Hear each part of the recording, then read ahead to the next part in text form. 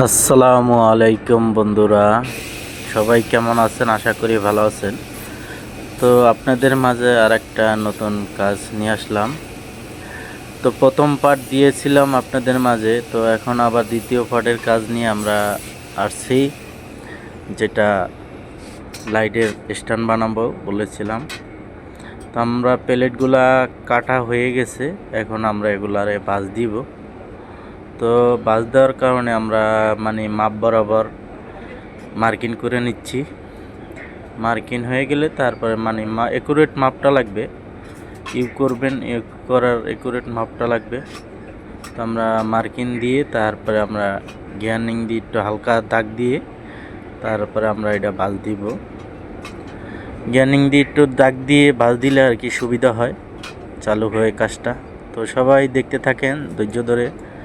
তো আমরা এখন মার্কিং করা শেষ, এখন আমরা গিয়ারিং দিয়ে একটু দাগ দিয়ে নিচ্ছি। গিয়ারিং করে দাগ দিয়ে নেওয়ার কারণে একটু সুবিধা হয়, অল্প সময় লাগে বাস দিতে।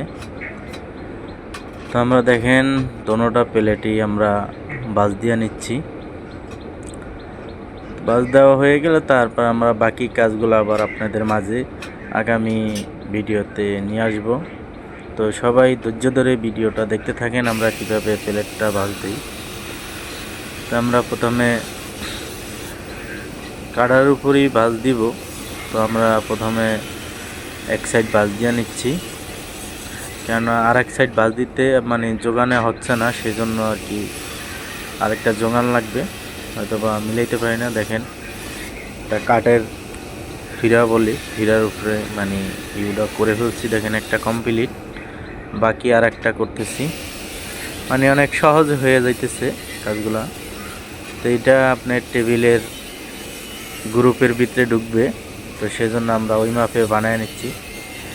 তো আবার কোনো নতুন ভিডিওতে নতুন কাজ নিয়ে আপনাদের মাঝে আবার আসব।